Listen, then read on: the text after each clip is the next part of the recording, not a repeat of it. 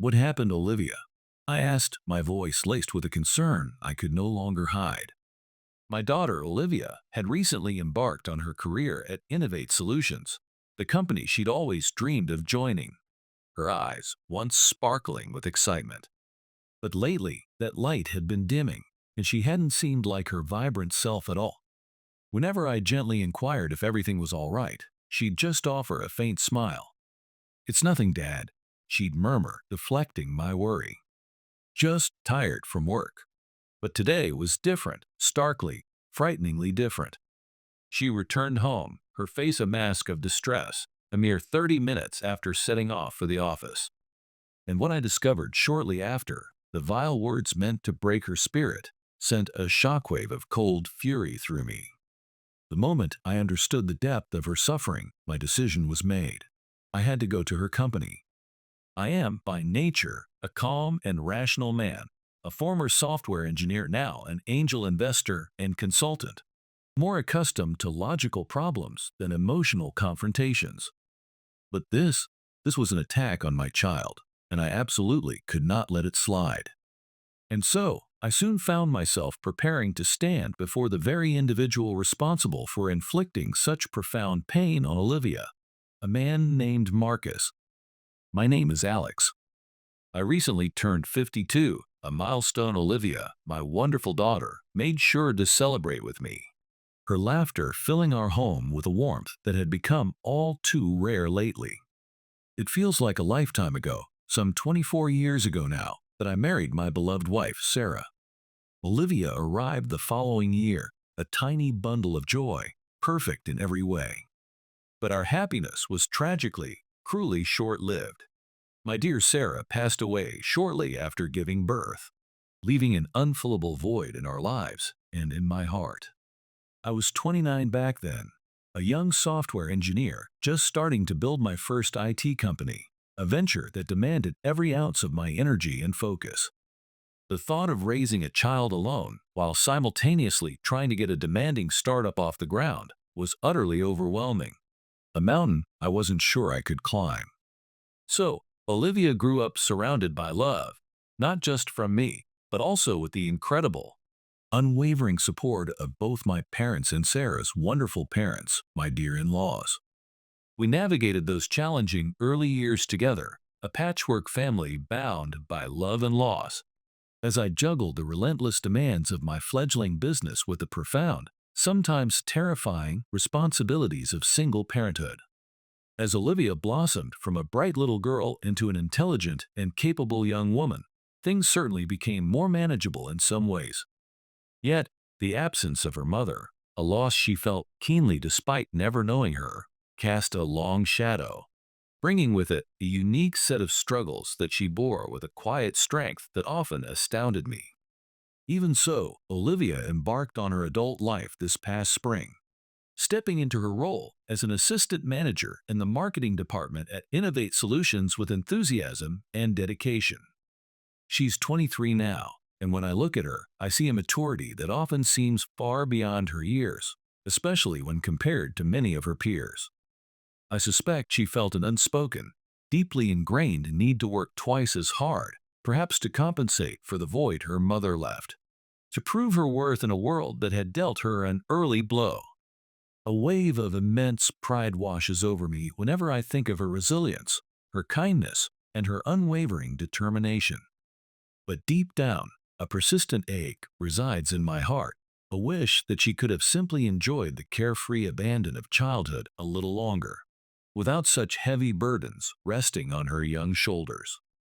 Now that she's an adult, navigating her own path, I often find myself wondering what more I can do for her, how I can best support her journey without overstepping. So, for the most part, I've tried to trust her judgment, offer quiet support, and follow her lead. Still, sharing my life with Olivia in our quiet suburban home filled with cherished memories of Sarah and Olivia's childhood brings me an immeasurable sense of happiness and purpose. Our shared meals, especially dinner, where we'd traditionally exchange stories from our day, have always been my greatest joy, a small anchor of normalcy and connection. However, there's one persistent, gnawing worry that has been clouding my thoughts, growing heavier with each passing week. Ever since she began her new job at Innovate Solutions, a shadow has frequently fallen across her usually bright, expressive face. The easy laughter that once filled our kitchen during meal preparations became less frequent, her contributions to our conversations more subdued, almost hesitant. I noticed that her personal social media accounts, once a vibrant chronicle of her life, her friendships, and her passion for photography, had fallen disturbingly silent for weeks.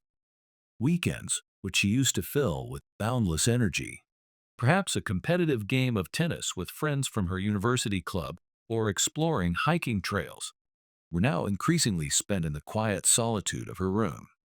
Sometimes she'd claim she had to work late or go in on a Saturday, only to return home earlier than expected, her eyes betraying a bone-deep weariness that no amount of sleep seemed to cure. I tried to make her favorite meals, hoping to coax a genuine smile or an open conversation out of her to pierce the veil of her preoccupation. "Did something happen at work today, Olivia?" I'd ask, endeavoring to keep my tone light and casual, not wanting to pressure her. "No, Dad, I'm okay," she'd reply, her voice often quiet and strained, her smile a little too forced, not quite reaching her eyes. "Just tired. You know how it is with a new demanding job."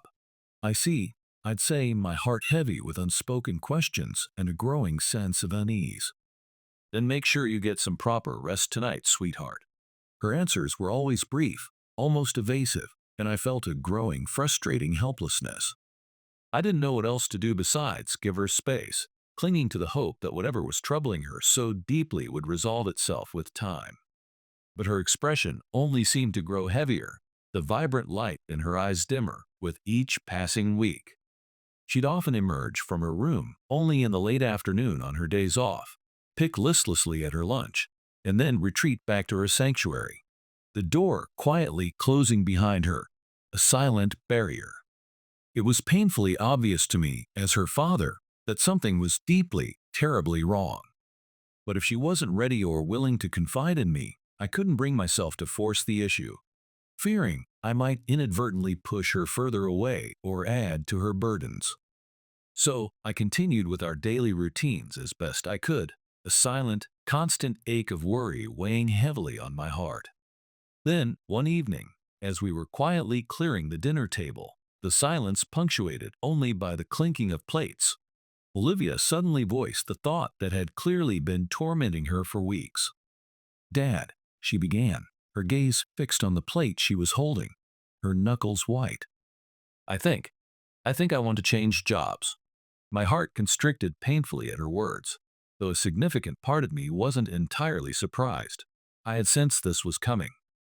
I just don't think Innovate Solutions is the right fit for me after all," she continued, her voice barely above a whisper, laden with disappointment. "Is that what's been troubling you so much these past few months, sweetheart?" I asked gently, reaching out to cover her hand with mine. She nodded, her lower lip trembling, and a single tear escaped, tracing a slow, glistening path down her cheek. "Yeah," she admitted, her voice thick with unshed emotion, the confession clearly costing her. It's, it's not the company I thought it would be, not the dream job I worked so hard for and imagined. So I've been seriously thinking about quitting."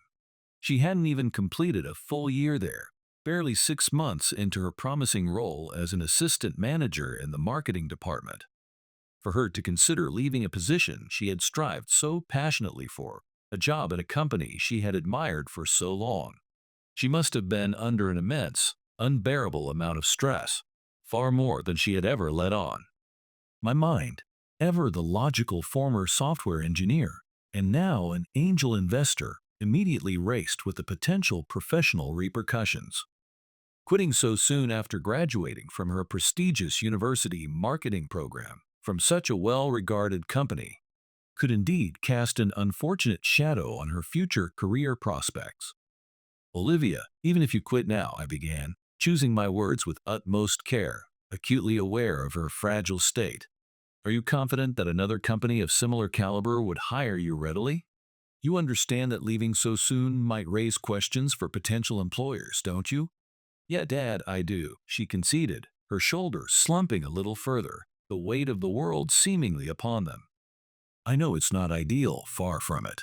But still, she trailed off, the unspoken words hanging heavy and suffocating in the air between us. Olivia looked up at me then, her beautiful eyes, so like her mother's, pleading for understanding, for validation. And I saw the profound depth of her unhappiness, her quiet desperation. My own carefully constructed, logical arguments seemed to falter and crumble in the face of her palpable distress. Olivia, I said, my voice softening, my heart aching for her pain. I think you should do whatever you truly believe is best for your well-being. It's your life, your career, your happiness that matters most.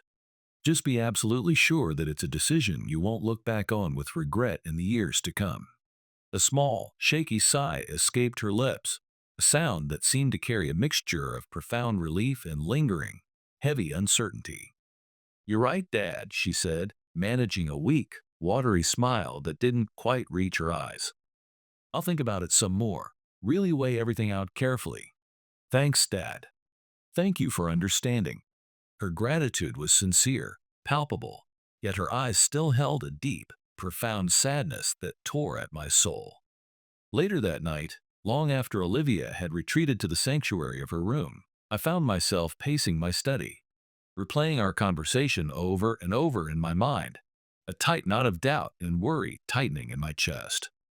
Had I said the right thing? Should I have pressed her more for details about what was truly going on at Innovate Solutions? Should I have offered more concrete advice, a clearer path forward? But no matter how many times I turned it over and over in my mind, there was no easy, clear-cut answer, no simple solution. Ultimately, the decision and its inherent consequences rested with Olivia. All I could do, all I ever wanted to do, was offer my unwavering love and steadfast support, no matter what she chose. 2 weeks passed, each day a painful repetition of the last, with Olivia still looking burdened, her smile strained, her eyes shadowed with a weariness that seemed to seep into her very bones as she left for Innovate Solutions each morning. The difficult topic of her quitting hadn't come up again, but the oppressive, unspoken atmosphere in our home remained, a constant, heavy presence. Then came that particular, fateful morning. I was in my home office, a sunlit room overlooking our quiet backyard, reviewing some investment proposals for a promising new tech startup, when I heard the front door open and close with a soft, hesitant click. A quick glance at the antique carriage clock on my mantelpiece showed it was barely 30 minutes since Olivia had left for work, her briefcase in hand, a forced smile on her lips. A cold, sharp dread instantly gripped me. Something was terribly, unmistakably wrong. I hurried out to the hallway and found her standing there, just inside the door, her shoulders slumped in defeat, her expensive leather work bag slipping from her trembling grasp to thud softly on the polished hardwood floor. Olivia? What happened? I asked, my voice sharper with alarm and sudden fear than I had intended. She looked up at me, her eyes wide and haunted, like a frightened deer caught in headlights, but she just shook her head, fresh tears welling up and spilling over. It's nothing, Dad, she choked out, the familiar, dismissive words sounding utterly hollow and unconvincing this time. Her response was the same tired, weary refrain I had heard so many times before, yet today Olivia was profoundly, terrifyingly different. There was a raw, broken quality to her demeanor, a fragility in her eyes that I had never seen before, and it terrified me to my core.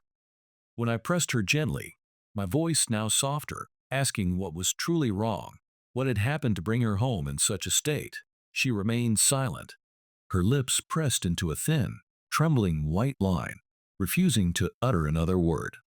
It was clear she was on the very verge of collapsing, physically and emotionally. All right, I said, my mind racing, making a swift, unhesitating decision. I'm taking the day off. My own appointments, my investment meetings, they could all wait. My daughter, my only child, needed me. and nothing else mattered. "Are you feeling unwell, sweetheart?" I asked, my tone softening further, trying to coax some response from her. "Why don't you go and rest in your room for a bit? Try to relax." She nodded mutely, a single, heartbreaking tear finally escaping and rolling slowly down her pale, drawn cheek. "Yeah," she whispered, her voice hoarse and barely audible. I'm, I'm sorry, Dad."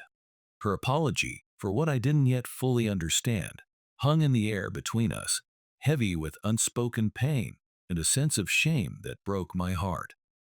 She turned then, her movements slow and unsteady like an old woman, and made her way towards her bedroom at the end of the hall.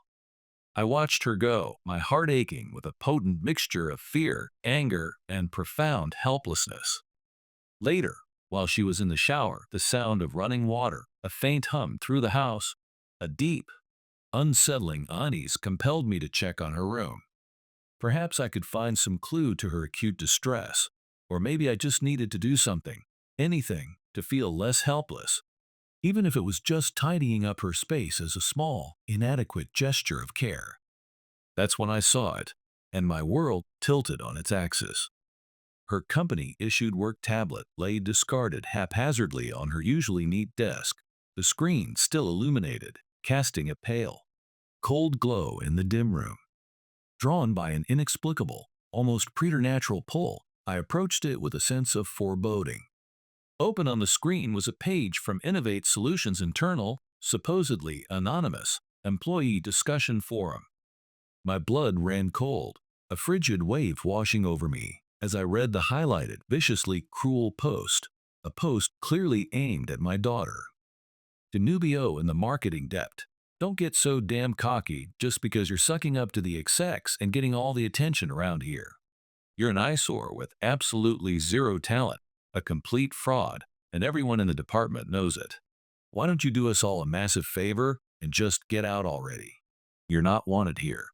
Beneath the vile, venomous post, there were even a few sickening likes and agreeing, equally cruel, anonymous comments. My breath hitched in my chest, a strangled sound.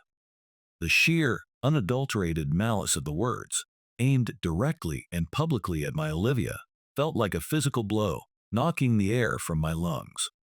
I could see faint, dried, telltale tear stains on the edge of the tablet screen, a mute, heartbreaking testament to the profound anguish this vile, cowardly message had undoubtedly caused her. A white-hot, unfamiliar rage began to simmer deep within me, a protective fury I hadn't known I possessed. "What in God's name is this?" I whispered, the words catching in my throat, my hand trembling with barely suppressed fury as I held the offending tablet. The calculated ugliness of it, the sheer cowardly cruelty, was almost unbelievable. Just then, Olivia emerged from the bathroom, wrapped in a fluffy white robe, her dark hair damp and clinging to her temples, her face scrubbed clean but still pale and etched with misery. Her eyes, red-rimmed and swollen, widened in fresh horror when she saw me holding her tablet, the offending screen clearly visible. Her face, if possible, paled further, a look of sheer panic contorting her features. "Dad! No, don't, please, give that back to me," she cried, rushing towards me, her voice cracking with a desperate mixture of panic and profound shame. I held the tablet firm, my gaze shifting from the hateful words on the screen to her tear-streaked, anguished face. "Olivia, what is going on here?" I demanded, my voice low and dangerously calm, a stark, chilling contrast to the inferno of fury raging within the deepest recesses of my soul. Who, who in their right mind would write something so despicable, so utterly vile about you? She crumpled onto the edge of her bed, as if her legs could no longer support her, fresh, racking sobs tearing through her small frame. The dam of her carefully constructed composure, already weakened by months of silent suffering, had finally, irrevocably broken. It was my boss," she choked out between gasping, painful sobs, the words almost unintelligible. "Mr. Evans. Marcus Evans." Marcus, the name, spoken with such pain by my daughter, seared itself into my mind with the intensity of a branding iron. Marcus Evans. He was her direct supervisor, Olivia had told me, a senior manager in the marketing department, a man in his mid-40s, outwardly polished and successful. As she gradually, painfully recounted the horrifying story, a truly sickening picture of sustained, insidious, soul-destroying harassment emerged. Far worse than I could have ever imagined. It wasn't just this anonymous, venomous online post. That, she explained, was merely the latest, most public, and perhaps most brutal humiliation in a long campaign of torment. The psychological abuse, the systemic undermining, had been ongoing for months, ever since she started showing real promise and gaining positive recognition for her work and her role. It started subtly, almost imperceptibly at first. Olivia sobbed, her words tumbling out in a torrent of pent-up pain, frustration, and despair. He'd constantly find fault with my work, no matter how hard I tried, no matter how many extra hours I put in. He'd pick apart my reports for the tiniest, most insignificant errors, things he'd let slide for others.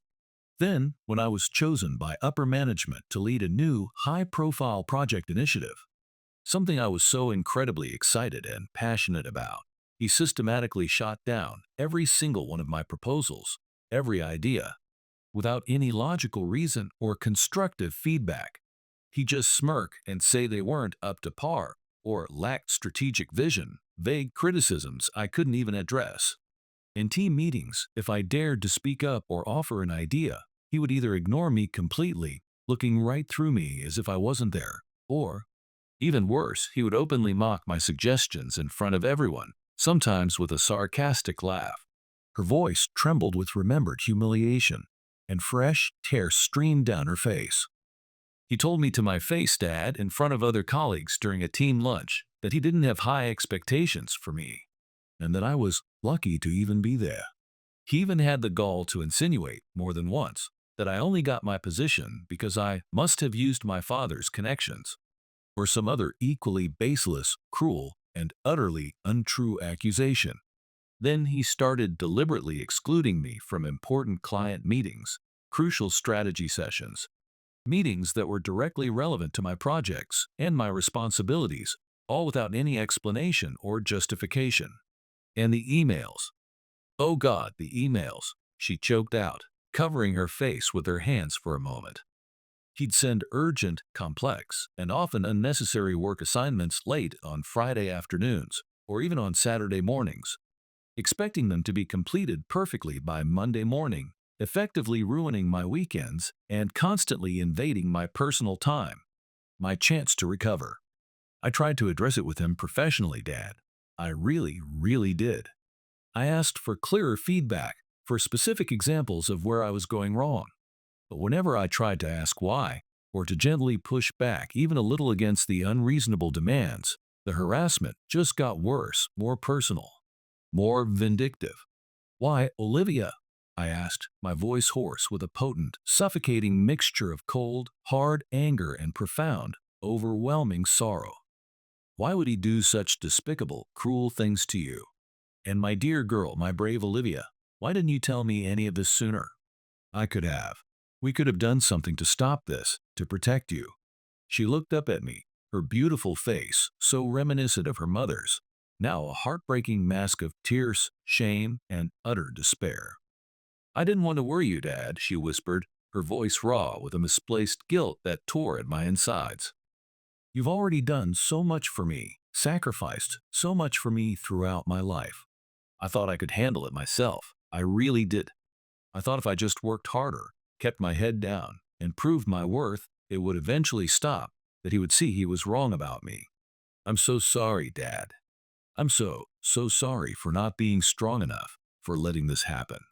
That was the first time Olivia had truly, completely broken down and cried like that in front of me since she was a very little girl, perhaps after a fall from her bike or a childhood disappointment.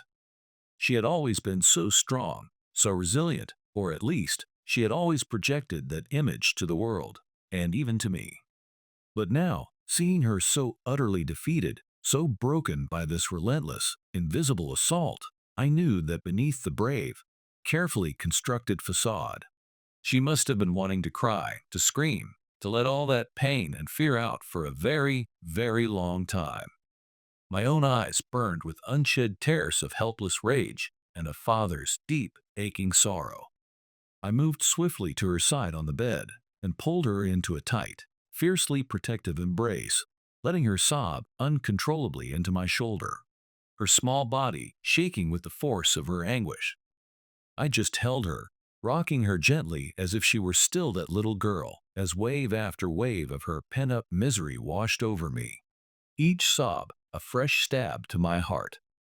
"Oh, Olivia," I murmured, my voice thick with an almost unbearable mix of emotions, stroking her damp hair, trying to impart some measure of comfort that words alone could not convey.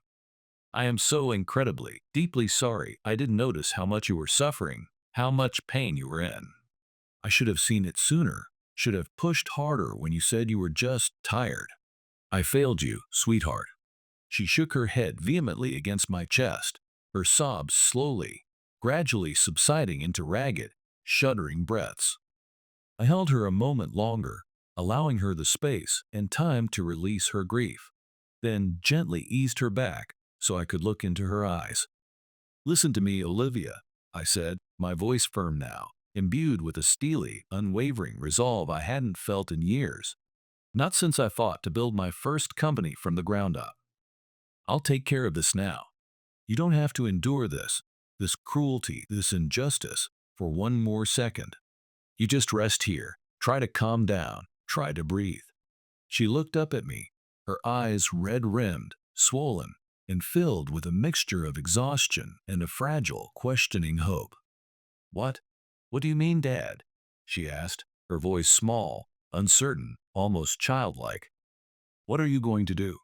A cold, hard, righteous anger, an emotion I rarely allowed myself to feel, let alone display, settled deep within me, coiling tight in my chest like a spring. My usual calm, logical demeanor, honed by years as a software engineer, an entrepreneur, and now an investor, was utterly overshadowed by a primal, protective fury only a parent can truly understand. "I'm going to innovate solutions," I stated, my tone leaving absolutely no room for argument or discussion. "I'm going to speak to this Marcus Evans. Normally, I am not a man prone to sudden anger or overt displays of frustration. I believe in reasoned discourse, in finding logical, practical solutions to even the most complex problems. But this time, the fury was a palpable, living force within me, a burning inferno of indignation.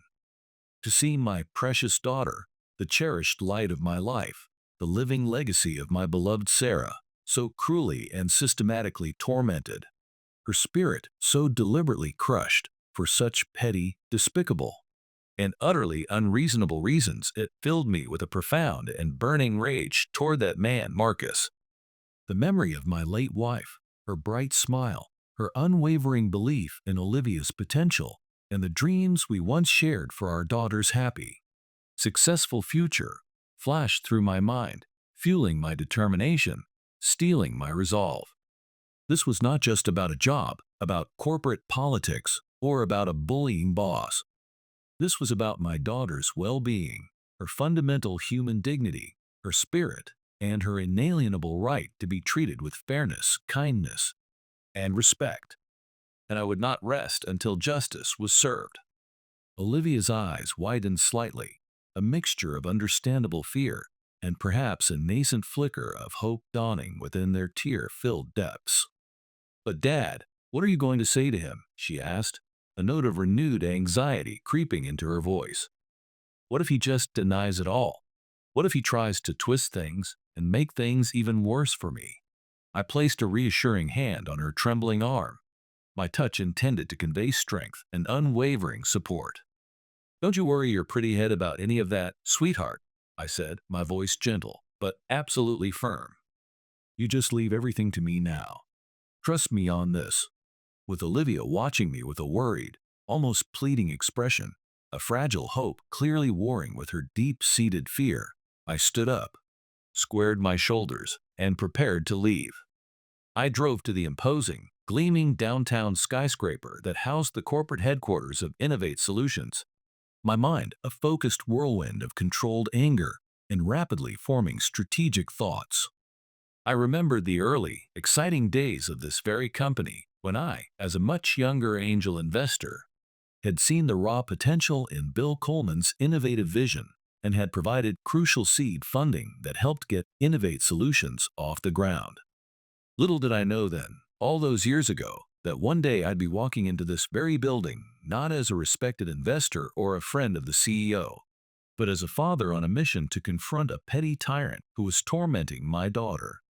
At the sleek, modern marble and glass reception desk in the vast, echoing lobby, I approached the impeccably dressed, professional receptionist.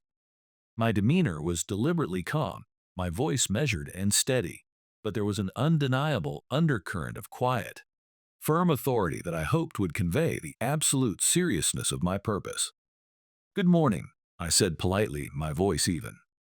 "My name is Alex. I need to speak with Mr. Marcus Evans from your marketing department. It's a rather urgent and deeply personal matter." The receptionist looked up from her computer screen, her expression professionally neutral, yet observant. "You have an appointment, sir?" she inquired, her tone polite but firm. "No, I don't," I replied, equally firm but maintaining my composure. "But it is absolutely imperative that I speak with him today without delay." She hesitated for a moment, her fingers hovering over her keyboard, likely following standard corporate protocol for unscheduled visitors. "Normally, Mr. Evans doesn't take unscheduled meetings, sir," she began, her voice still polite. "I understand completely," I interjected smoothly, but with a quiet intensity, a firmness that I hoped brooked no easy refusal. "My daughter, Olivia, works in his department. She has unexpectedly taken ill today and needed to return home from the office just a short while ago. As her father, and given the circumstances, I feel it's necessary for me to speak directly with her supervisor, Mr. Evans, regarding this sudden and concerning development." The receptionist's professional mask softened almost imperceptibly, perhaps with a flicker of human understanding, or maybe it was the quiet, unshakable intensity in my voice that resonated with her. "I see, sir," she said, her fingers now moving decisively over her console.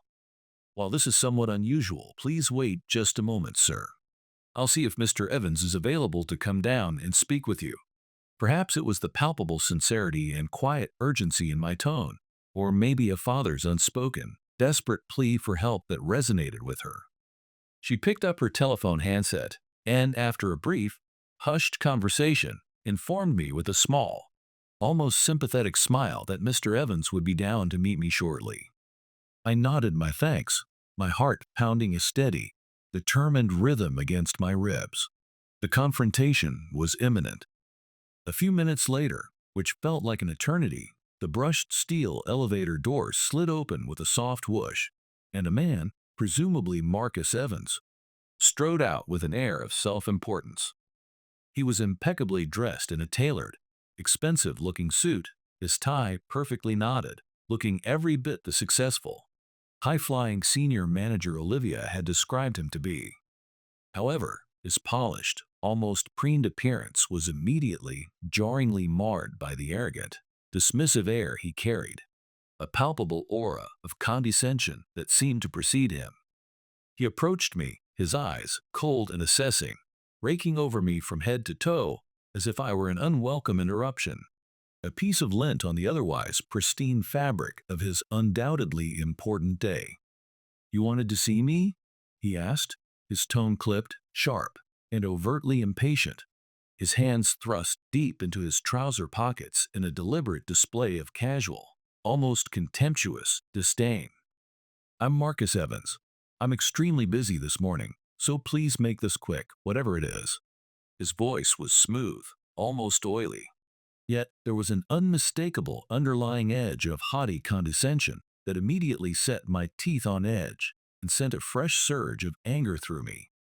The receptionist, sensing the immediate shift in atmosphere, the unspoken tension, discreetly gestured towards a small, vacant glass-walled meeting room nearby. "Perhaps you could speak in here, gentlemen," she suggested, her voice soft and tactful. Marcus gave a curt, almost imperceptible nod in her direction, clearly annoyed at being summoned, and I followed him into the sterile, impersonal meeting room. As soon as the heavy glass door closed behind us, muffling the sounds of the busy lobby, he turned to me, a self-satisfied, knowing smirk playing on his thin lips. "So," he began, leaning back against the polished mahogany conference table with an air of insufferable superiority, as if he already knew why I was there and found it amusing. "You must be Olivia's father, I presume? She actually mentioned you might come crawling here. Honestly, sending her daddy to fight her battles for her? How utterly pathetic. How childish." He chuckled, a dry, unpleasant, grating sound that scraped at my nerves. It seems my initial assessment of her character was entirely correct. She clearly lacks the maturity, the resilience, and the basic fortitude required for a demanding role in a fast-paced, results-oriented company like Innovate Solutions. His deliberate, contemptuous attempt at a preemptive strike, clearly designed to put me on the defensive, to intimidate me, only served to solidify my cold, unwavering resolve. "I am Alex," I stated, my voice even, low, and precisely controlled, meeting his arrogant, challenging gaze without flinching, without betraying the fury that seethed beneath my calm exterior. "And yes, I am Olivia's father. I'm here to discuss, in no uncertain terms, what's been happening to my daughter in your department, Mr. Evans. The serious, sustained, and wholly unacceptable harassment she has been systematically subjected to under your direct supervision." Marcus scoffed, a sound of derision, pushing himself off the table and beginning to pace the small confines of the room like a caged, irritable animal. "Harassment?" he exclaimed, feigning an exaggerated, theatrical outrage, though his cold eyes glinted with something akin to dark amusement. "That's a rather strong, and I might add, unsubstantiated accusation, Mr. Alex, was it? What you, in your parental overprotectiveness, call harassment, I call essential educational guidance and rigorous performance management. Frankly, your daughter, Olivia, has been a significant disappointment. She's overly sensitive, prone to dramatics, and, quite frankly, not up to the high standards we expect and demand here at Innovate. These young people today, fresh out of university, they're just too soft, too easily offended, expecting coddling instead of critique." His dismissive, arrogant tone and his blatant victim blaming were utterly infuriating, but I resolutely maintained my outward composure. My poker face. I calmly, deliberately, placed my smartphone on the polished, reflective surface of the conference table between us, the screen dark, but its very presence, its potential, a silent, unambiguous implication. Marcus's eyes flickered towards it for a fraction of a second, a tiny, almost imperceptible muscle twitching in his clenched jaw before he quickly masked his reaction. He was clearly getting irritated, perhaps even a little unsettled, by my unexpected calm, my refusal to be baited. And what precisely was the intended educational goal of anonymously slandering my daughter, of attempting to destroy her reputation? "On your company's internal employee forum, Mr. Evans?" I pressed, my voice like ice, each word carefully enunciated. "Or of systematically undermining her projects, humiliating her in front of her peers, and deliberately excluding her from vital client meetings that were critical to her success?" His arrogant smirk faltered slightly, a flicker of unease in his eyes. She's arrogant. That's what she is," he finally spat out, his carefully constructed composure starting to visibly crack under the pressure of my relentless, quiet questioning. "She swans around here with her fancy degree from that prestigious university, thinking she knows everything, looking down on seasoned professionals like myself. She gets far too much unwarranted attention, and frankly, her entire attitude is insubordinate, challenging. Someone needed to take her down a peg or two to teach her some humility, some respect for authority. She needed to understand her place in the corporate hierarchy." I continued, my gaze unwavering, boring into his, my voice still dangerously quiet. "So, your educational guidance, as you so euphemistically call it, was born out of what, exactly, Mr. Evans? Was it professional jealousy, perhaps? A petty, gnawing fear that a talented, bright, and ambitious young woman in your department might actually outshine you, might expose your own inadequacies? Marcus's face flushed a dark, mottled red, his neck muscles cording with sudden, explosive anger. That's absurd. Preposterous, he snapped, his voice rising sharply, losing its earlier smooth control. I am a senior manager in this highly successful company. I have absolutely nothing to be jealous of, especially not some inexperienced, wet behind the ears rookie. She was undermining my authority, I tell you, constantly questioning my decisions. She needed to be put firmly in her place to understand who's in charge, who calls the shots. His eyes narrowed then, a venomous, hateful glint appearing in their depths. And yes, he added, his voice dropping to a conspiratorial, almost gleeful sneer that made my stomach churn. It was rather satisfying, I admit, to see her overblown confidence waver, to watch her struggle, to see that smug, self-assured look finally wiped off her pretty face when her precious projects failed, when she found herself isolated and ignored by her colleagues. She needed to learn that this is the real world, Mr. Alex. Not some university debating club or a feel-good sorority where everyone gets a participation trophy. I was utterly, profoundly appalled by his naked, unashamed admission, by his gleeful, sadistic cruelty. The man standing before me was not just a workplace bully. He was a petty, vindictive tyrant, deriving a sick, twisted pleasure from the suffering and humiliation of someone he perceived as a threat to his fragile, inflated ego. It was no longer just about Olivia's supposed arrogance or the superficial attention she might have received, as the original, more childish motive of his predecessor might have suggested. This was about a deep-seated, corrosive insecurity, a pathological need for control, and a malicious, calculated abuse of power. I see, I said, my voice dangerously, deathly quiet, the two simple words carrying a universe of condemnation and contempt. So, you freely admit to deliberately, systematically, trying to make my daughter fail, to attempting to break her spirit, simply because you felt threatened by her talent, her youth, and her potential? He seemed to realize, a fraction too late, that he had said far too much, that his own words had trapped him. His fleeting bravado wavered, then visibly crumbled. I admit to nothing of the sort, he blustered, his voice suddenly defensive, attempting a clumsy, unconvincing backtrack. I was merely ensuring stringent quality control and maintaining necessary discipline within my team, as any responsible manager would. His desperate attempt to regain his composure, to reassert his authority, was utterly pathetic. Well, Mr. Evans, I said, my voice still deceptively calm, but now carrying a new, harder, sharper edge that cut through his bluster. Since you seem so extraordinarily confident in your educational methods and your rigorous quality control, I paused deliberately, then reached for my smartphone, which still lay innocuously on the polished table between us. Perhaps it's time we get a second opinion on your rather unique management style. What do you say we discuss your guidance of Olivia and your general conduct as a manager with Mr. Coleman? I'm quite sure the CEO of Innovate Solutions would be very interested indeed to hear about your innovative approach to mentoring new talent and fostering a positive work environment. Marcus's eyes widened almost imperceptibly at first, and then, for the first time since I had entered the room, a genuine, unmistakable flicker of raw alarm, of dawning fear, crossed his arrogant features. His carefully constructed facade of unshakable arrogance and disdainful superiority began to visibly crumble around the edges. "Mr. Coleman?" he stammered, his voice suddenly losing all of its earlier bluster and condescension, now laced with a distinct note of panic.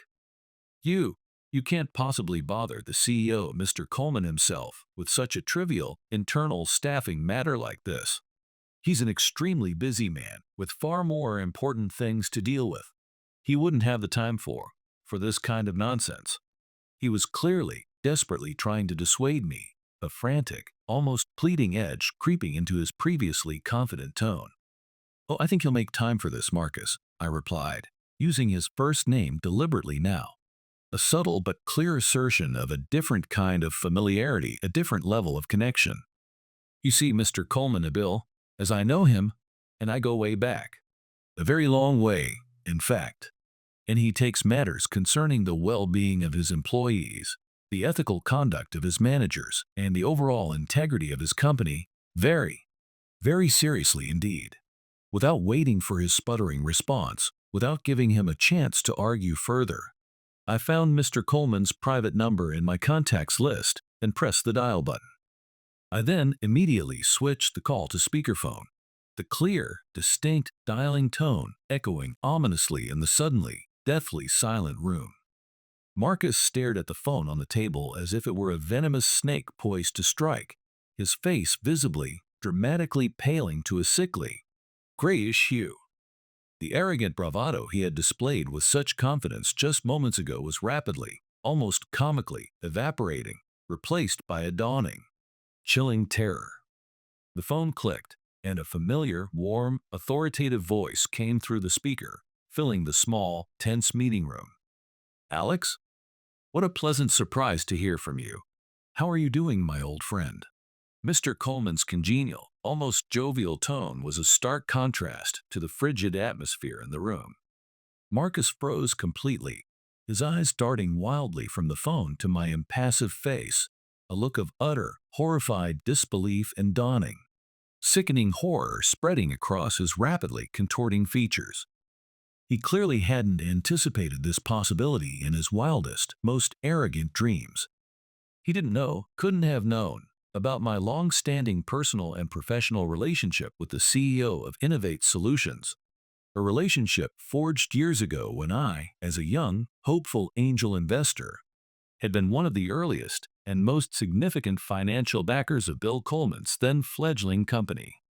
"I'm doing well, Bill, thanks for asking," I replied, my voice calm and steady, using Mr. Coleman's first name with the easy familiarity of our long acquaintance. "But unfortunately, the reason for my call is less pleasant. I'm actually at your headquarters right now, and a rather serious, deeply troubling issue has come to my attention that requires your immediate personal intervention." There was a brief, almost imperceptible pause on the other end of the line. "At Innovate? A problem?" Mr. Coleman's voice immediately sharpened, losing its earlier warmth, now laced with professional concern and a hint of alarm. "What's happened, Alex? Is everything all right? Did one of our employees cause some kind of trouble?" "Yes, Bill, I'm afraid so," I said, my gaze fixed intently on Marcus, who now looked like he might be physically ill, his face ashen, his breathing shallow. "I need to talk to you urgently about the unacceptable conduct of a Mr. Marcus Evans, a senior manager in your marketing department, specifically concerning his treatment of my daughter, Olivia. She works for him, or rather under him." "Marcus Evans, from marketing." Mr. Coleman repeated slowly, thoughtfully, the name clearly registering with him, a note of dawning comprehension in his voice. "I see." His voice turned grave, serious. "I'll be down there immediately, Alex. Please wait for me in one of the small conference rooms near reception. Don't go anywhere. I'm on my way." With that, Mr. Coleman ended the call. A heavy, suffocating silence descended upon the room, broken only by Marcus's ragged, panicked breathing and the frantic thumping of my own heart. That was really Mr. Coleman?" Marcus finally whispered, his voice hoarse, strained, almost unrecognizable, his face a mask of disbelief and terror. You actually know him personally?" "Yes, Marcus," I replied calmly, my voice devoid of any triumph, only a quiet, steely resolve. "As I said, we go way back. He's not just the CEO of this company, a man whose name you clearly respect or fear. He's an old friend, a trusted business associate, and a man who, above all else, values integrity, decency, and fairness." Marcus stared at me, utterly speechless, the full, crushing weight of his foolish misdeeds, his cruelties, apparently crashing down upon him with the force of a tidal wave. He had picked a fight with the wrong person's daughter, and he was only now, far too late, beginning to understand the true, devastating extent of his monumental, career-ending miscalculation. It didn't take long for Mr. Coleman to arrive. Within mere minutes, the door to the meeting room opened with a decisive click, and Bill Coleman strode in, his expression serious, concerned, and deeply troubled. He was a man in his early 60s, I knew, though he carried himself with the energy of someone much younger, distinguished and exuding an undeniable aura of quiet, commanding authority, the respected CEO and co-founder of Innovate Solutions.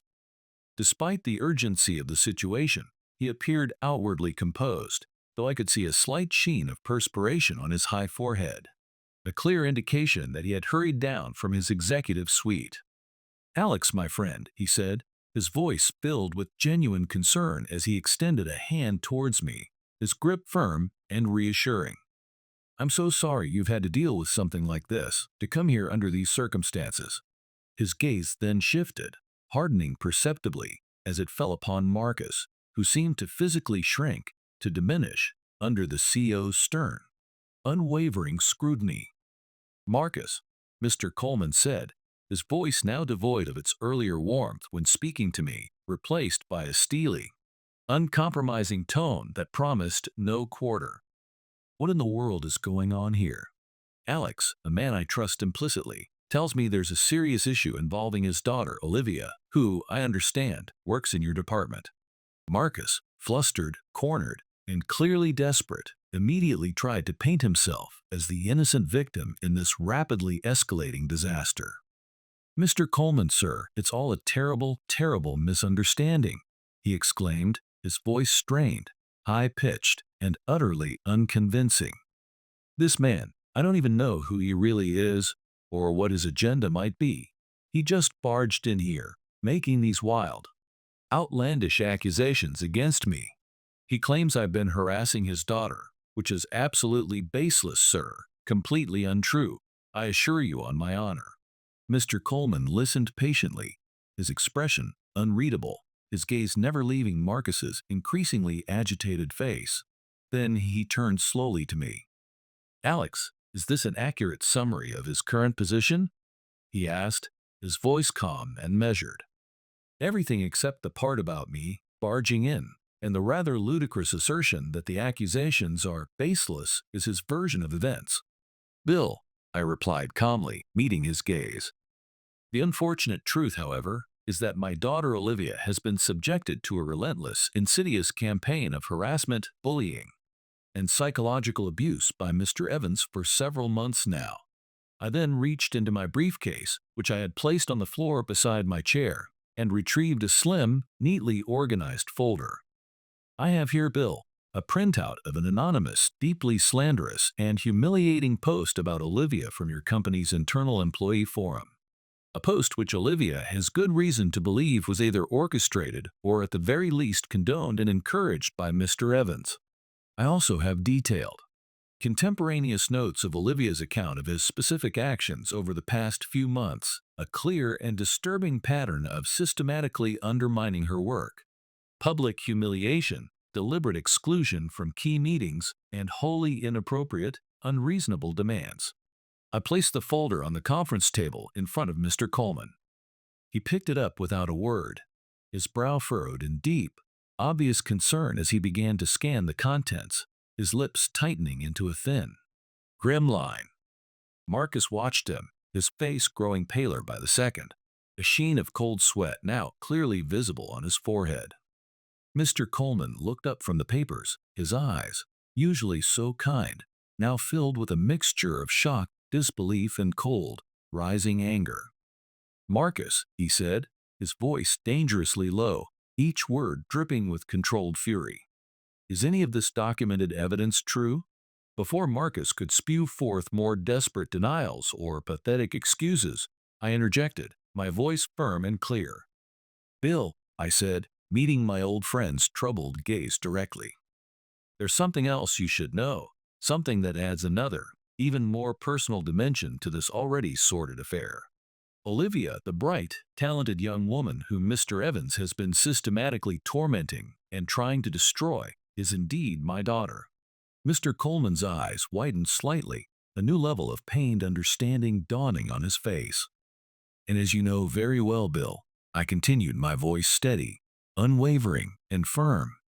I am not just an old friend who happened to call you about a problem. I am also one of the founding angel investors in Innovate Solutions. I am, and have been for many years, a major shareholder in this company you built. And as such, Mr. Evans' deplorable, unethical, and frankly disgusting behavior towards an employee of this company, an employee who also happens to be my beloved daughter, is something I, as a significant shareholder, find utterly unacceptable, deeply offensive, and cannot and will not tolerate for one more instant. The air in the small, confined room crackled with palpable, unbearable tension. Marcus swayed precariously on his feet, his face ashen, his eyes wide with a stark, uncomprehending terror. The last vestiges of his arrogance, his bluster, his self-importance had completely, irrevocably vanished, replaced by the raw, primal fear of a man who suddenly, terrifyingly, understood that he was facing utter, complete, and irreversible ruin. He opened his mouth, as if to speak, to plead, to beg, but no words came out, only a faint, choked gasp. He looked like he was about to collapse onto the plush carpet. Mr. Coleman looked from my resolute, unyielding face to Marcus's rapidly crumbling, pathetic demeanor, his own expression grim and deeply troubled. "Alex," he said, his voice heavy with genuine regret and profound disappointment, "I am profoundly, deeply sorry that Olivia has had to experience something so vile, so damaging in my company, a company I have always strived to make a place of respect and opportunity.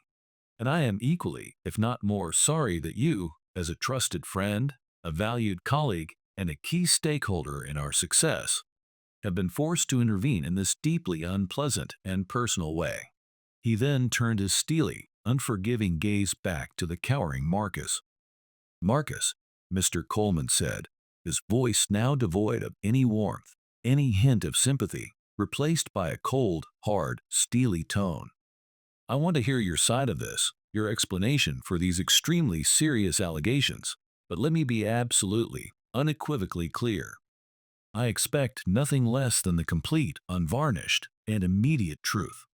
You deny these serious allegations, this documented pattern of abuse?" Marcus, though visibly shaken to his very core, his body trembling, seemed to grasp at one last, desperate, pathetic straw of denial. He licked his dry, cracked lips, his voice a mere hoarse croak, almost inaudible. "Sir, Mr. Coleman, it's not as he says, not entirely. There may have been some misunderstandings, perhaps some misinterpretations on her part. She's very young, you see, sir, perhaps overly sensitive, not yet accustomed to the pressures of a high-stakes corporate environment." His pathetic, transparent attempt to shift blame, to paint Olivia as the problem, was met with Mr. Coleman's icy, contemptuous stare. Mr. Coleman's eyes narrowed dangerously. "Misunderstandings that lead to anonymous, vicious, and career-damaging attacks on our internal company forums, Marcus?" he asked, his voice laced with a cold, biting anger that was far more terrifying than any shout. "Misunderstandings that involve systematically excluding a valuable team member from crucial projects and client interactions, and deliberately attempting to sabotage her work? This goes far, far beyond any conceivable misunderstanding, and you know it." He paused for a moment, his gaze intense, then said, his voice softening slightly as he addressed me, "Ideally, Alex, I would want to speak with Olivia directly to hear her account firsthand. However, given what you've told me, and what I've now seen, I understand she may not be in a state to do so right now. Nor should she be subjected to further distress." I nodded gravely, appreciating his sensitivity. "Olivia is at home, Bill," I confirmed, my voice tight with emotion. "She is mentally, emotionally, and physically exhausted by this entire horrific ordeal. I don't believe she is currently capable of enduring a formal meeting or any kind of direct confrontation with this man."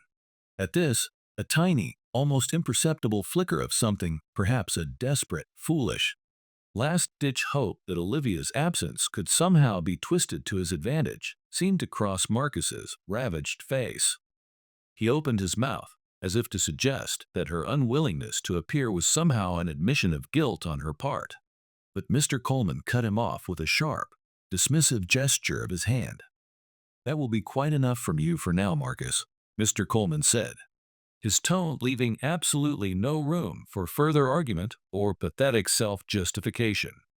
"Alex, your word, your integrity, and the disturbing evidence you've presented here today carry significant, indeed overwhelming, weight with me. However, for the sake of absolute due process, for the protection of the company, and to ensure absolute fairness to all parties, though my patience with you, Marcus, is wearing exceedingly thin, we will launch an immediate, thorough, and unbiased internal investigation into these matters." Marcus looked like he wanted the ground to open up and swallow him whole. The brief, insane flicker of defiance, if it had ever truly been there, was now completely extinguished, replaced by a look of utter, abject despair. Mr. Coleman then turned his full, undivided attention to the now trembling, utterly defeated Marcus. "Marcus," he said, his voice firm, resolute, and devoid of any sympathy, "you will be placed on immediate, indefinite administrative leave, effective this very moment. Pending the full outcome of this comprehensive investigation, you are to have absolutely no contact whatsoever with Olivia or with any other member of the marketing team, or indeed any employee of Innovate Solutions until further notice from Human Resources. You will cooperate fully, without reservation or obstruction, with our Human Resources Department and with the external investigators who will be assigned to this case. Is that crystal clear, Marcus?" Marcus could only nod dumbly, his face a mask of utter, hopeless defeat, his eyes darting around the room as if desperately seeking an escape that he knew, with dawning certainty, didn't exist. He looked like a man who had just watched his entire carefully constructed career, his entire privileged life, crumble into dust before his very eyes. The fight, the arrogance, the bluster had completely, irrevocably drained out of him, leaving behind an empty, pathetic shell. "Sir, Mr. Coleman, please," Marcus finally stammered, his voice barely a choked whisper, his hands clasped together in a desperate, almost prayerful plea. I have a family, a mortgage to pay. I've given years of my life, my loyalty, to this company. Surely, there must be some other way to resolve this, a misunderstanding." His pathetic attempt at a plea for leniency, for a way out, was met with Mr. Coleman's unyielding, implacable gaze. "Marcus, your years of service, whatever they may have been, do not excuse, nor do they in any way mitigate behavior of this egregious and destructive nature," Mr. Coleman stated coldly, his voice like chips of ice. "What you have done, if these serious allegations are proven true, as I strongly suspect they will be, is a gross, unforgivable abuse of your position of power and a sickening betrayal of the trust this company, and I personally, placed in you. Innovate Solutions has, and will always have, a zero-tolerance policy for harassment, bullying, and any form of workplace abuse. There is no other way when such serious, deliberate misconduct is involved, Marcus. None." Mr. Coleman then turned back to me, his expression softening slightly, though his eyes still held a deep sadness. "Alex, I give you my personal, solemn assurance that this entire matter will be handled with the utmost seriousness, urgency, and discretion. We will get to the absolute bottom of this, and appropriate, decisive disciplinary action will be taken swiftly and without hesitation. Please extend my sincerest, deepest apologies to your brave daughter, Olivia, for what she has been forced to endure within my company. No employee of Innovate Solutions, indeed no employee anywhere, should ever have to experience such despicable treatment." "Thank you, Bill," I said, my voice still tight with a maelstrom of emotions, but a significant measure of profound relief now washing over me. "I appreciate your commitment to addressing this properly and with such integrity. I trust you implicitly to handle it with the sincerity and justice it so clearly deserves. With a final curt, dismissive nod to Marcus, who looked utterly broken, a hollow man, Mr. Coleman gestured for me to accompany him out of the oppressive confines of the meeting room. As we left, I couldn't help but glance back at Marcus one last time. The image of his devastated, hollow-eyed, utterly defeated expression would remain etched in my memory for a very long time to come. He was a man reaping the bitter, inevitable harvest of his own sustained cruelty and arrogance. A few weeks later, I received a direct, personal call from Mr. Coleman. His voice, when he spoke, was somber but resolute, carrying the weight of his findings. "Alex," he began, without preamble, "I wanted to update you personally as promised on the final outcome of the investigation regarding Marcus Evans.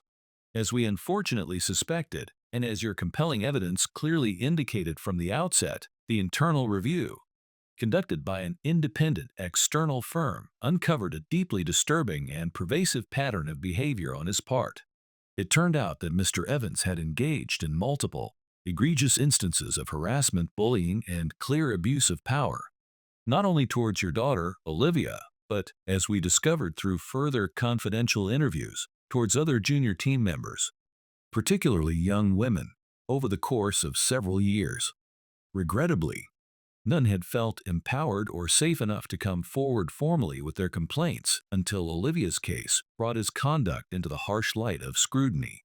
My heart clenched painfully at the thought of others suffering in silence, their careers perhaps stifled, their spirits crushed by this one toxic individual. The evidence compiled was conclusive, irrefutable, and deeply, deeply troubling on multiple levels. Mr. Coleman continued, his voice heavy with disappointment and a palpable sense of betrayal.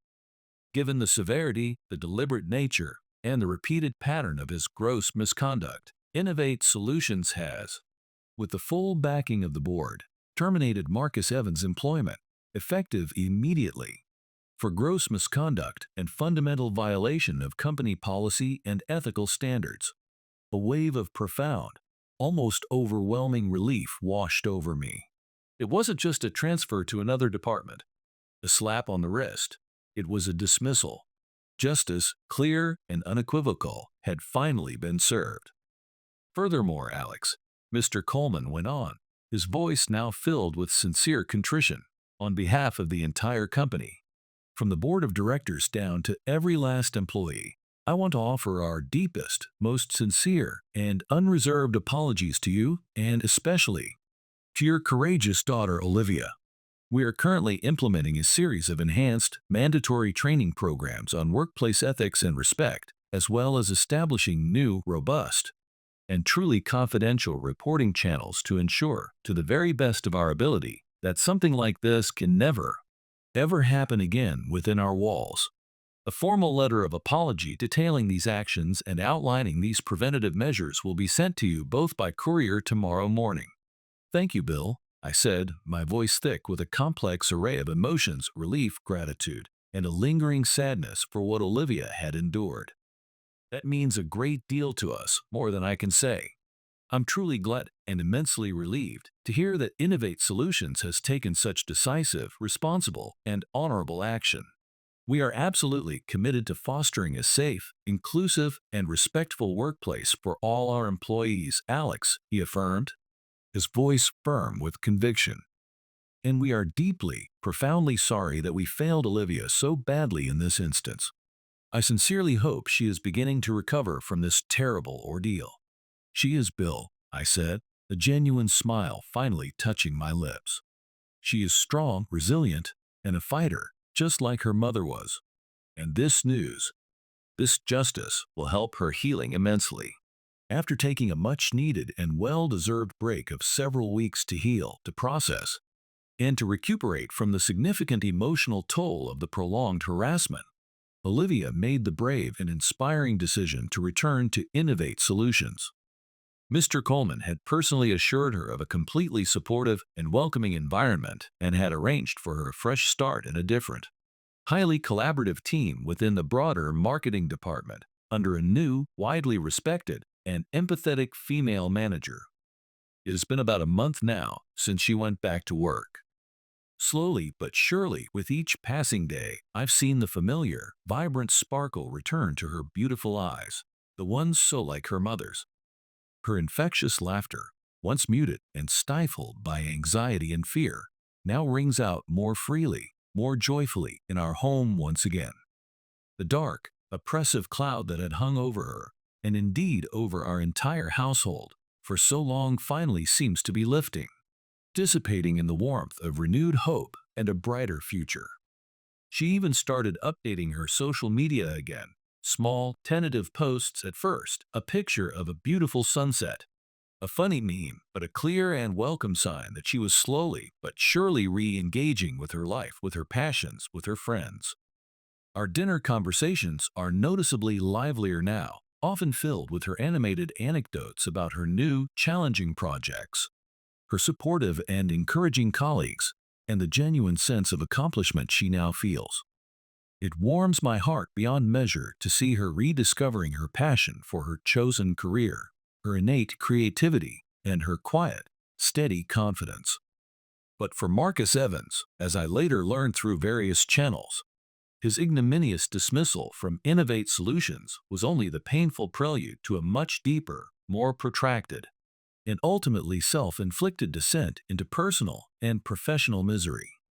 News of his serious misconduct and abrupt, dishonorable termination spread like wildfire through our relatively close-knit tech and marketing industry in the Bay Area, a world where reputation, once lost, is almost impossible to recover. His name, once associated with a certain level of corporate success, however undeserved, became irrevocably synonymous with workplace bullying, unethical behavior, and the gross abuse of managerial power. His once polished, carefully cultivated professional reputation was irrevocably tarnished, shattered beyond repair. Blinded by his own colossal arrogance and a delusional, unshakable sense of self-importance, Marcus apparently initially believed, with a breathtaking lack of self-awareness, that he could easily secure another senior position, perhaps even a better one, elsewhere in the industry. He was, after all, in his own mind, the indispensable Marcus Evans. However, company after company turned him away, doors closing firmly and often silently in his face as soon as his background checks came through, or his notorious name was recognized by hiring managers or HR departments. His deeply ingrained, high-handed pride apparently prevented him from even considering more modest roles, positions that he now desperately needed but still felt, with astounding hubris, were far beneath his alleged talents and status. His substantial savings, accumulated over years of a well-paid but morally bankrupt career, began to dwindle with alarming rapidity. The immense strain of his unemployment, his growing financial woes, and his social ostracization inevitably took a heavy toll on his already fractured personal life as well.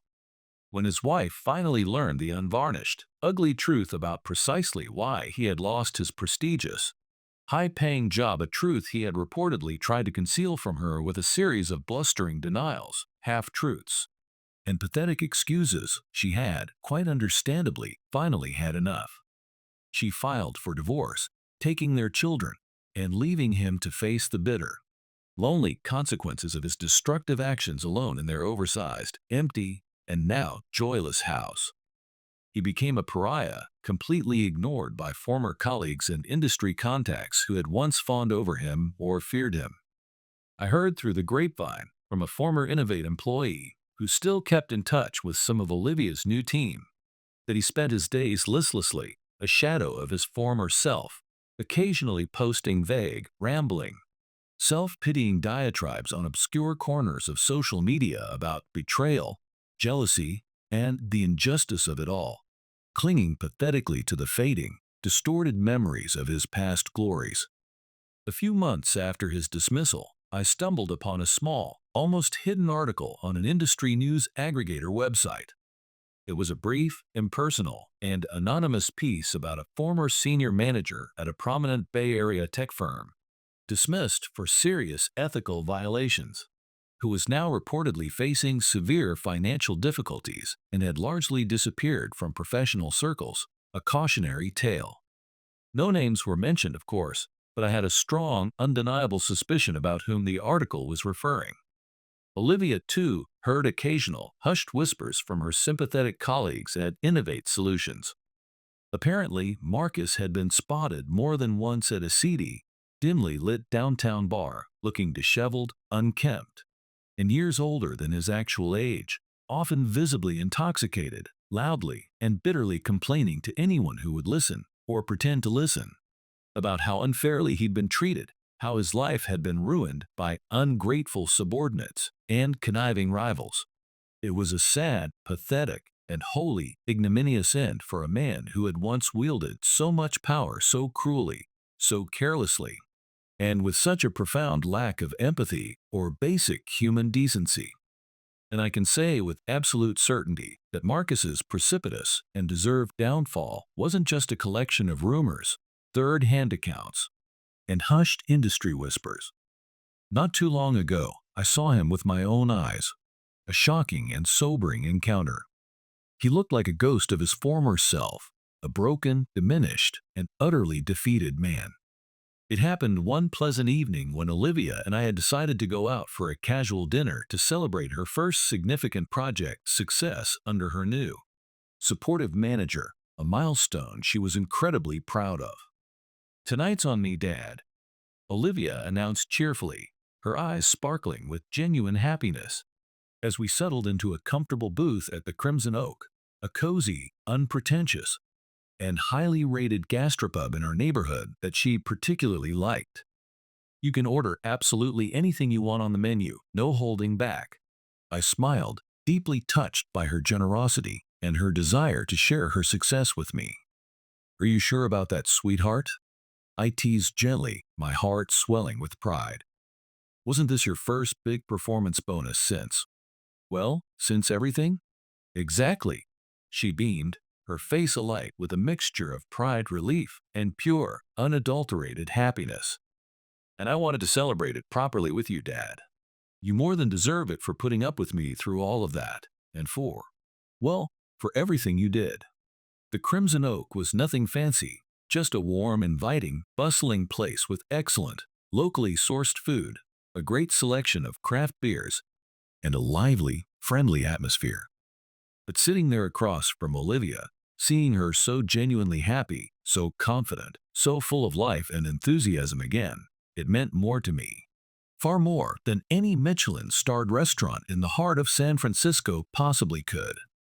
She was happily perusing the extensive menu, her brow furrowed in mock concentration as she debated animatedly between the pan-seared salmon with roasted asparagus and the classic steak frites with béarnaise sauce, her eyes occasionally darting around the busy, cheerful pub, taking in the scene. Then, suddenly, as she looked up from her menu towards the front of the restaurant, her smile vanished as if wiped away by an invisible hand. Her expression froze, her face paling slightly, a look of shocked recognition in her eyes.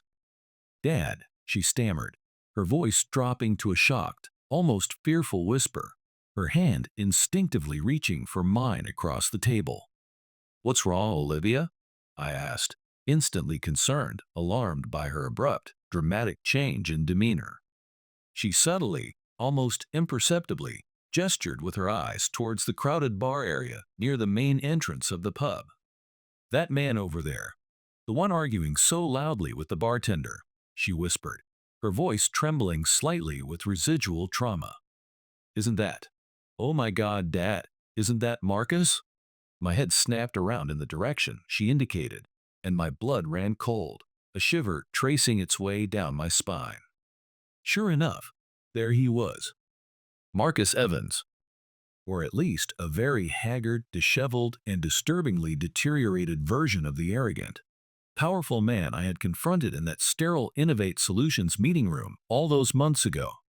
His expensive, tailored suit was long gone, replaced by rumpled, ill-fitting, and slightly stained clothes that looked like they hadn't been cleaned in weeks. His once perfectly coiffed hair was unkempt, greasy, and flecked with premature gray.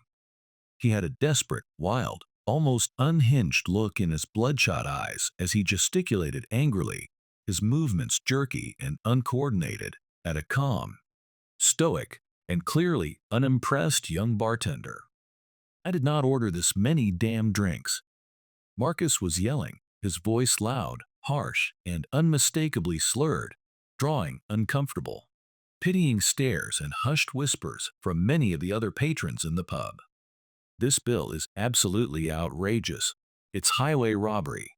You're trying to rip me off. You damn thief. I demand to see the manager this instant. Or better yet, I'm calling the police on you and this whole crooked establishment." He was creating a truly ugly, embarrassing, and deeply uncomfortable scene, clearly heavily intoxicated and furiously, belligerently disputing the amount on his bar tab. The bartender, a young man with surprisingly remarkable composure and patience, simply sighed, a look of weary resignation on his face. "Sir," he said calmly, his voice firm but polite, "we've been over this multiple times now.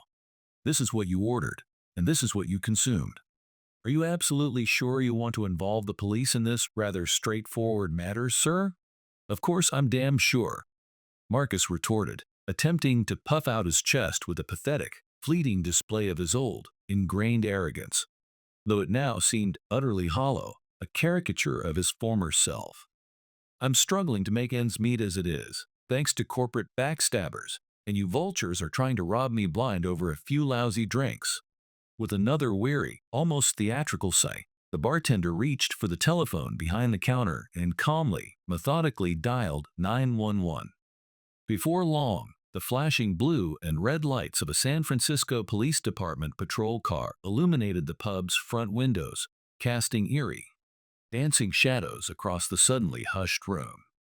Two uniformed police officers entered, their expressions professional and no nonsense, and began to patiently, methodically question both the belligerent Marcus and the calm, articulate bartender.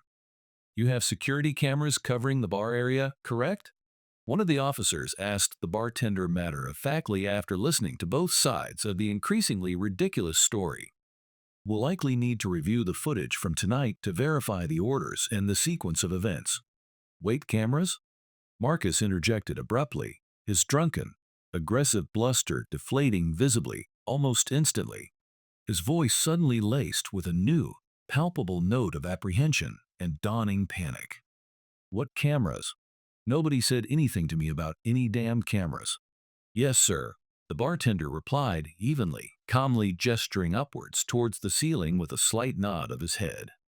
"We have state-of-the-art, high-definition security cameras installed in all four corners of the pub, sir, plus two more wide-angle cameras specifically covering the main bar area and the entirety of the dining room. They record everything 24/7 for everyone's safety and security, including disputes like this." Marcus, who had been attempting to maintain a facade of righteous, indignant outrage just moments before, went completely, almost comically, pale. The last vestiges of his drunken, belligerent confidence evaporated into thin air, like mist in the morning sun. "But no one informed me of that. That's an invasion of privacy," he stammered, his eyes darting nervously, guiltily, towards the discreetly mounted cameras on the ceiling he hadn't noticed before. "Well, sir," one of the officers said, his tone now distinctly less patient, clearly having heard enough. "It seems we'll need to continue this rather enlightening conversation down at the station to sort things out properly. And perhaps, while we're at it, we can also discuss the finer points of public intoxication, disorderly conduct, and attempting to defraud an innkeeper." "Wait, please. Officers, there's been a terrible mistake, a misunderstanding." Marcus began to plead, his voice now high-pitched and whining, trying desperately to make excuses to bargain his way out of the situation he had created. But the officers, their faces impassive, were having none of it. They firmly, efficiently, and without further discussion, escorted a now whimpering, protesting, and utterly humiliated Marcus Evans out of the Crimson Oak and into the back of the waiting patrol car. The pub fell into a momentary, stunned silence before the usual buzz of conversation, mixed with some incredulous laughter and head shaking, slowly, gradually resumed. Olivia watched the patrol car, its lights still flashing, drive away down the street, a complex, unreadable mix of pity, revulsion, and perhaps a touch of grim satisfaction on her expressive face. "He hasn't changed one single bit, has he, Dad?" she murmured, more to herself than to me, her voice quiet and reflective. Still blaming everyone else in the world for his own pathetic choices, his own self-destruction. "No, sweetheart, he hasn't," I replied gently, reaching across the table to take her hand, giving it a reassuring squeeze. Some people, unfortunately, seem incapable of learning from their mistakes, incapable of genuine change. But let's not allow someone like him or his destructive, pitiful behavior to cast any further shadow over our celebration tonight, over your wonderful achievement. You've earned this happy evening, Olivia. Let's enjoy it." She took a deep, cleansing breath and managed a small, brave, and genuinely radiant smile. "You're right, Dad. He's not worth another moment of our thoughts." We tried to return to our meal, into our earlier celebratory mood, but the ugly, unsettling interlude had undeniably dampened the atmosphere slightly, leaving a bitter aftertaste. However, Olivia, with her characteristic resilience and strength of spirit, soon steered the conversation to lighter, happier topics, her laughter, when it came, genuine and bright. Several months passed, months filled with a comforting, welcome return to normalcy, with quiet joys, and with the steady, reassuring rhythm of everyday life. Olivia was truly, unequivocally thriving at Innovate Solutions, blossoming beautifully under the guidance and mentorship of her new, supportive, and inspiring female manager in the marketing department. She was entrusted with challenging, high-visibility projects that allowed her considerable talents and creativity to shine brightly. And her confidence, once so cruelly undermined, grew steadily, impressively, with each new success, each positive piece of feedback. One sunny, glorious Saturday afternoon, we were taking a leisurely, meandering stroll through the lush, verdant expanse of Golden Gate Park. One of our favorite shared weekend rituals, each of us nursing a large cup of artisanal coffee from our preferred local roaster on Clement Street. The warm California sun felt wonderful, life-affirming, on our faces, and the crisp, clean air was filled with the invigorating scent of eucalyptus, pine, and the distant, salty tang of the Pacific Ocean. Olivia was chattering excitedly, her words tumbling out in an enthusiastic rush, about a complex new marketing campaign she was spearheading for a major product launch. "It's so much responsibility, Dad, more than I've ever had before, but it's incredibly rewarding, truly challenging in the best possible way," she said, her eyes alight with passion and a renewed sense of purpose. "My team is absolutely amazing, so supportive and collaborative, and I actually feel like my ideas are valued, respected, and are genuinely making a tangible difference to the company's success."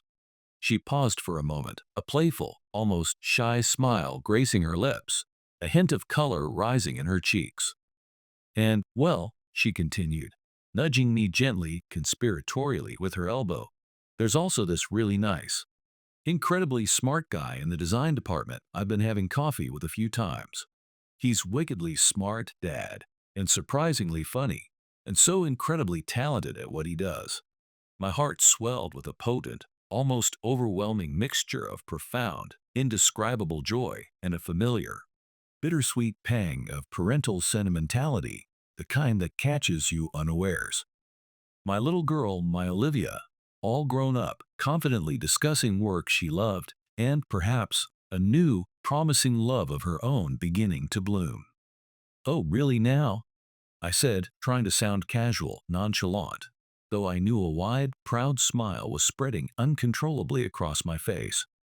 That sounds very promising indeed, Olivia." She laughed, a bright, clear, happy sound that was like pure music to my ears, a sound I had missed so dearly during those dark months. "It's still very early days, Dad, nothing serious yet," she said, her smile widening. "But yeah, It definitely feels promising. We walked on in comfortable, companionable silence for a few moments. The unspoken emotions, the shared history, the deep bond between us, hanging warmly, tangibly in the sun-dappled air. Then, Olivia stopped abruptly on the path and turned to face me, her expression suddenly, deeply serious, her beautiful eyes, so like her mother's, shining with a profound, heartfelt emotion that touched me to my very core. "Dad," she said, her voice soft but incredibly earnest, filled with a sincerity that brought an immediate lump to my throat. "I know I've said it before, probably 100 times, but I really, really need to say it again, right here, right now. Thank you. Thank you for absolutely everything you did for me back then, with Marcus, with everything that happened at Innovate. If you hadn't stepped in when you did, if you hadn't been so strong, so brave, and so incredibly supportive, I honestly don't know what would have happened to me. I think I would have just broken completely. You saved me, Dad. You truly did." Tears, hot and unexpected, welled in my own eyes, and I felt that familiar, telltale thickness in my throat, the one that always comes when my emotions overwhelm me. I reached out and gently, tenderly, tucked a stray strand of her dark, shining hair behind her ear, my hand lingering for a moment on her soft cheek. "Oh, Olivia, my dearest girl," I said, my voice husky, choked with emotion. "You don't ever need to thank me for that. You are my daughter, my heart, my everything, and protecting you, supporting you, seeing you happy, healthy, and thriving, that is, and always will be my greatest, most important purpose in this life, my deepest, most profound joy. You are so incredibly strong, Olivia, so resilient, and so brave, and I know, deep in my soul, that you would have found your way through, no matter what. But I'm so incredibly grateful, so honored, that I could be there for you, to help you fight that battle, to help you find your light again." She threw her arms around me then, in a tight, fierce, all-encompassing hug, and I held her close, my own arms wrapped protectively around her, overwhelmed by an immeasurable wave of love, pride, and profound gratitude. The setting sun, beginning its slow descent towards the Pacific horizon, cast long, gentle shadows across the park, painting the western sky in breathtaking hues of fiery orange, soft pink, and deep violet, bathing us in its gentle, fading, golden light. "You are going to have such a wonderful, amazing life, Olivia," I murmured into her hair, my voice thick with emotion, with certainty, with a father's deepest wish. "A life filled with incredible success, with boundless happiness, and with all the love you so richly deserve." She pulled back slightly from our embrace, her eyes glistening with unshed tears, but her smile, when it came, was radiant, confident, and utterly breathtaking. "Of course I am, Dad," she said, her voice full of a newfound, unshakable confidence, a quiet strength that shone from within. "After all," she added, her smile widening into a grin that mirrored my own, a grin full of love, mischief, and shared understanding, "I was raised by the absolute best." Her words, so simple, so heartfelt, yet so incredibly profound, were the greatest, most precious reward a father could ever hope to receive. And as we continued our walk, side by side, arm in arm, into the beautiful, deepening San Francisco twilight, my heart was full, overflowing with a peace and a joy that words could never truly capture.